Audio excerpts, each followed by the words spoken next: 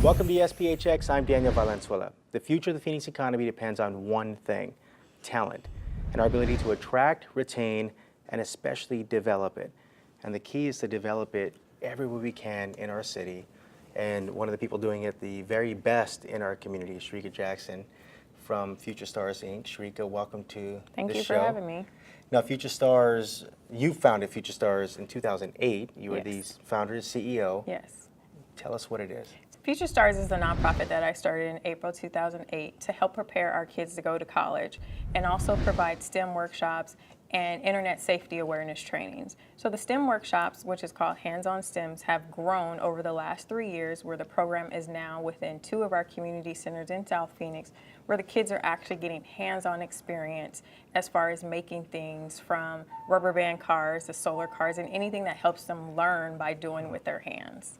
So literally hands-on training Yes. and programming opportunities for our youth.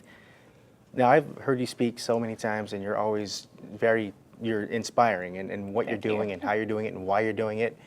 Why is it so important to do this in South Phoenix, as an example? Well, for me, it's important to do it in South Phoenix because I'm a product of South Phoenix. I started at Lowell Elementary School, then navigated over into the West Valley, where I graduated from Maryville High School.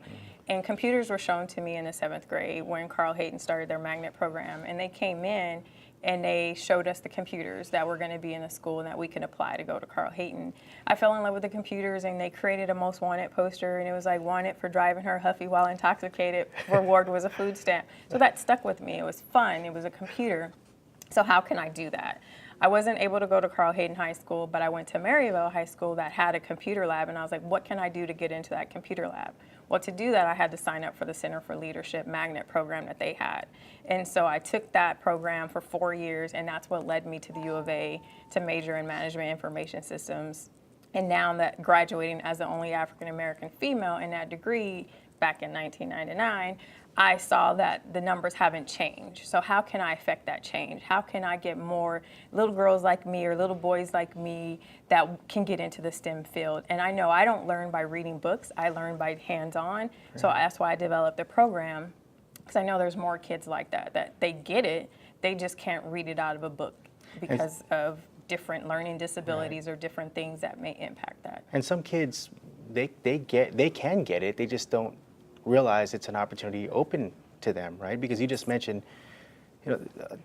kids of color. Yes. Right. There's an opportunity gap in STEM fields. There's a major gender gap in STEM fields, and so this is a great way to help achieve those gaps, which is to focus in South Phoenix and in Maryville and throughout the entire city of Phoenix. Yeah, I mean, if I don't give back to my community and change my community, then who will? If I don't tell these kids that they're capable. So the reason for Future Stars is because every child is a star no matter what they do, and I want to teach them that. Television likes to tell them that stars are what you see on TV, but no, be the best that you can be, and I'm going to help you be the best that you can be.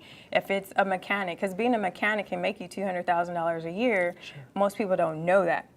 It's all computer based. So what can I give you to let you still do that? I have parents, they be like, he's breaking everything in my house. I'm like, let him break it. That's your future engineer, because then he's going to put it back together. So the things that we used to get in trouble for as kids are actually our learning styles.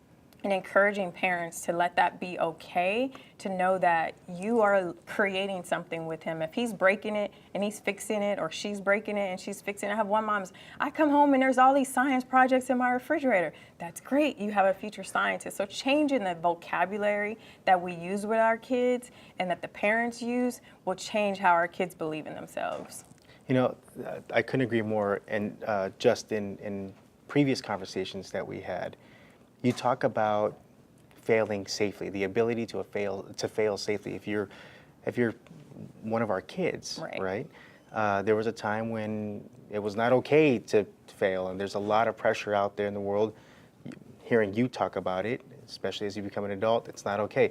Our kids, and giving them an opportunity to try something new, and if it doesn't work out, give her a chance, give him a chance to. So the word I use with the kids is, so we can't use negative words in our class. So you can't say, I can't do it. No, you have yet to try it, or you have yet to be successful. But I also say, how do we re-engineer it? Not it's broken or it can't be. How do we re-engineer it? Why is it not going the direction you want it? Why is it off balance? So let's take a step back, look at what we did, and re-engineer the problem to get to the solution. And that changes their mind because they're not, oh my God, I didn't get it with everybody else. And I'm like, okay, so the whole class, we're gonna re-engineer all of our cars and let's see. And when we did that, all their cars started to run. Where in the first class, only one car was running.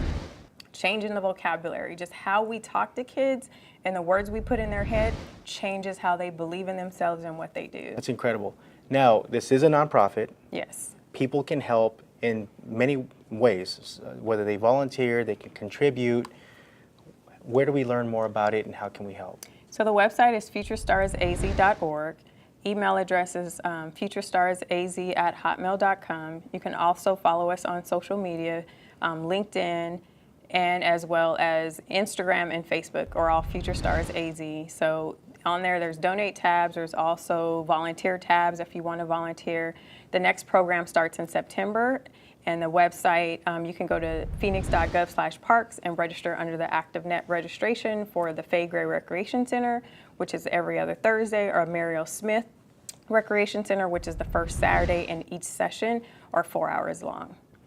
Whether you live in South Phoenix or not, this is Correct. good for the entire city, the entire region. This is our future workforce.